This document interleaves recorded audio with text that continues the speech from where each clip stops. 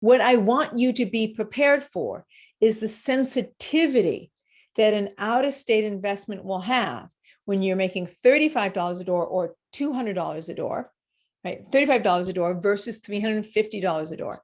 Thus, the rule of thumb is that you want to make $200 a door. If you're going to make less than $200 a door, potentially your property is going to be too sensitive to these basic daily ongoing expenses. I am Christina Suter, and this is the Real Estate Breakthrough Show, where we talk about the reality of real estate, the mindset you need in order to face the reality of what it is, and tips and tricks to get you moving forward in investing. I am your host, Christina Suter. So I love doing my educational segments.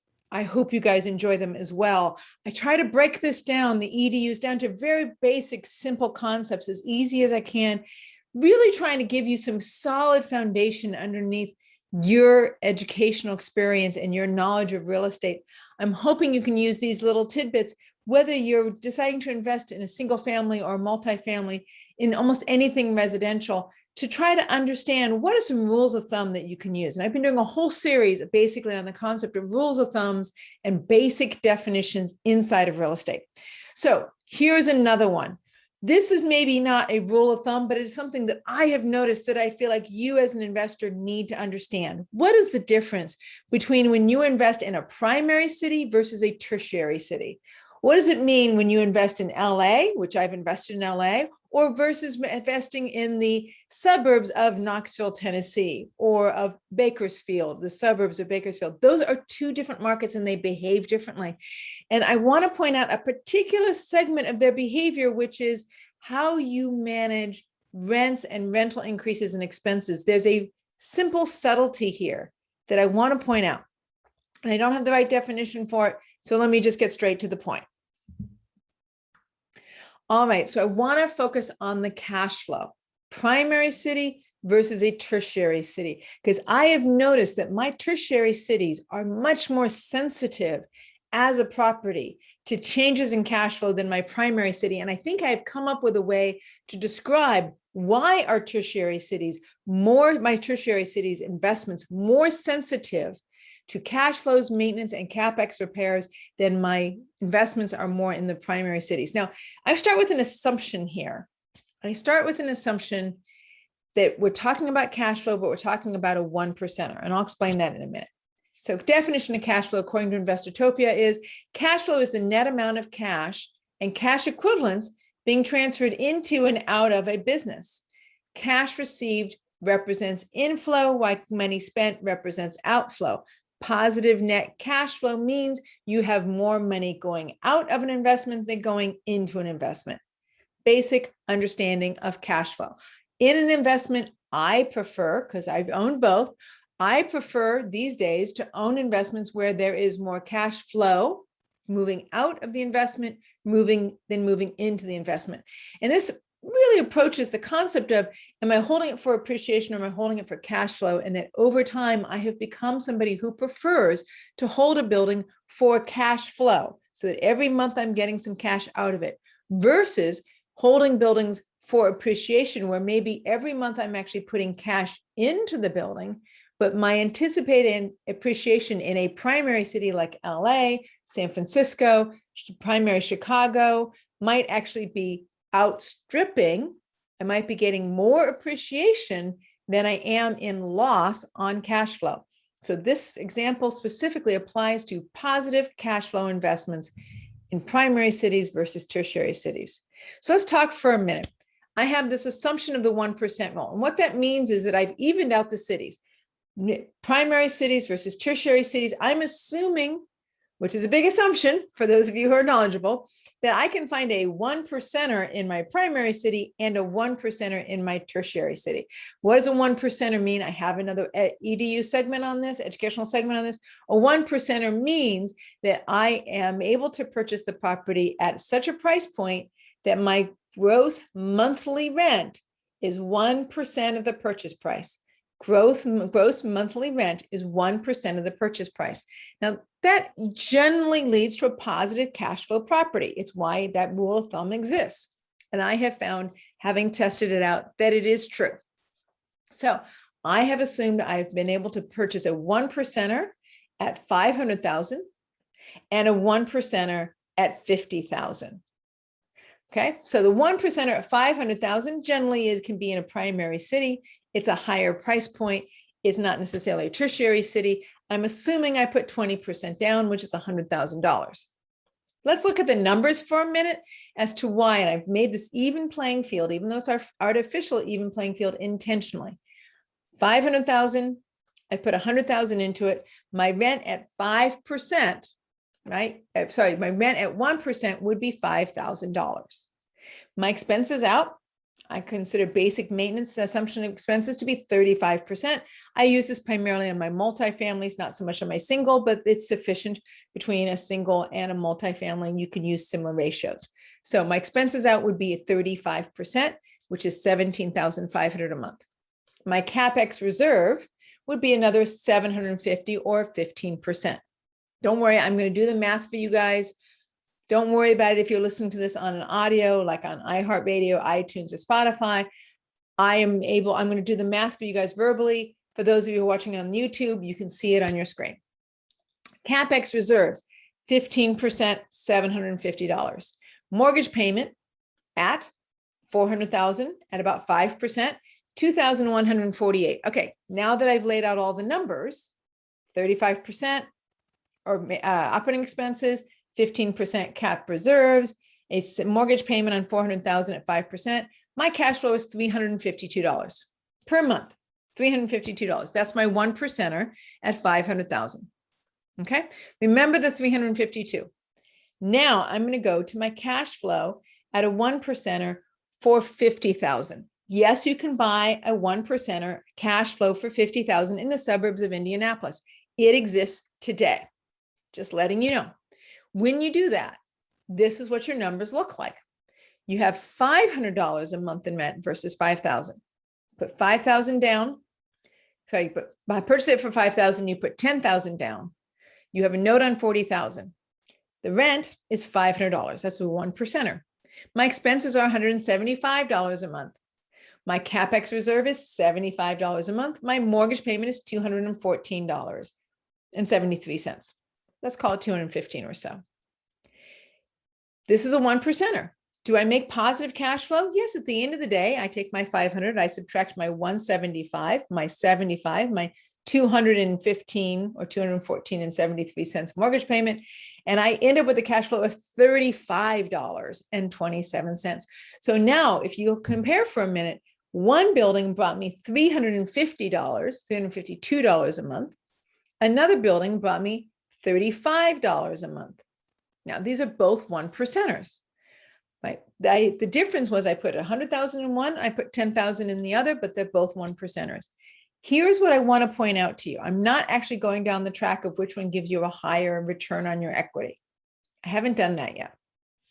What I want you to see is if you want to increase rents by $50 a door, what does that mean? What does that mean to your tenant? And because remember, what I'm getting to is this sort of what was invisible to me when I first purchased out of state, because I'm in California, was invisible to me when I first purchased out of state was why were my out of state properties so much more sensitive to possibly enduring losses if they were 1%ers, just like my in-states were 1%ers. My rent at $5,000, I would, if I were to increase the rent by $50 on my $5,000 amount door, that's actually a 1% increase. I've now increased my tenant's rent by 1%. Or if I were to look to do a 3% increase, which is standard across multiple different states, then I could increase the rent by $150. That would be easier for my tenant to absorb because $5,000 a month, right? A $500 a month, $50 a month increase is 1%.